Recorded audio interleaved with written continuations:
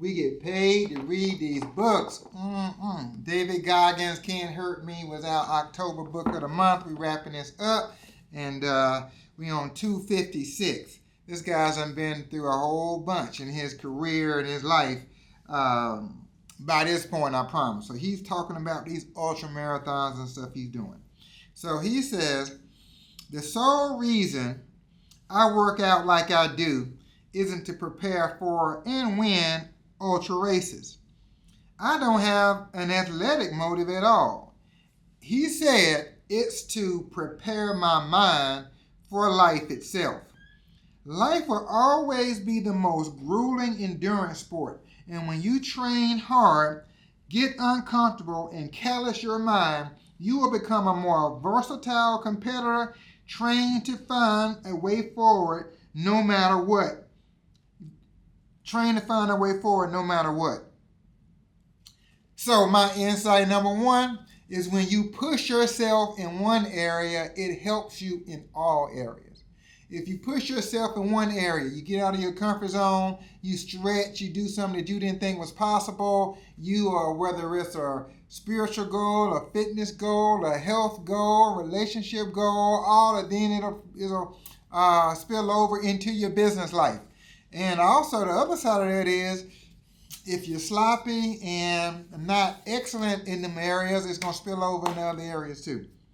Anyway, that's because, there's a saying, how you do one thing is how you do everything. Why you got to be so cruel? All right, now, come on over here.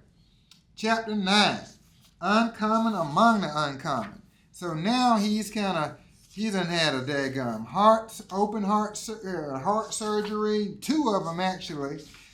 He's kind of going over the different things that he did once he became a SEAL to excel, and he's getting ready to go to Ranger School on top of that. Now listen to this. Most people think, now this is after he finished SEAL school training, he's actually a SEAL.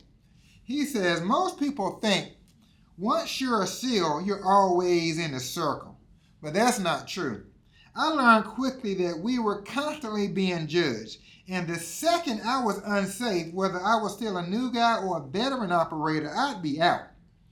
I was one of 3 new guys in my first platoon, and one of them had to have his gun taken away because he was so unsafe. For 10 days, we moved through the Malaysian jungle, sleeping in hammocks, paddling dugouts, carrying out weapons all day and night. And he was stuck holding a freaking drumstick like the Wicked Witch of the West. And then he ended up getting kicked out. This other guy got kicked out. So basically he says, I learned quickly that we were constantly being judged. And my insight, the way I translate that to what we do is we always have to maintain a standard. In leadership, you want to be providing a great example all the time in all areas. Everybody not cut out for leadership. Everybody just don't want to put that much energy into the preparation and all that stuff. And you want to get to a point where you can just coast and chill, but you can't never coast. Why you gotta be so cruel, David? All right, come on. Now let's get on over here to this third point. So now he is in his first platoon. He's kind of getting his feet under him and getting his SEAL life together and all that stuff. Now listen to this. So even though they're doing their training exercises in the jungle and carrying their weapons and sleeping in hammocks and dugouts and blah, blah, all that stuff, they still got to work out every day.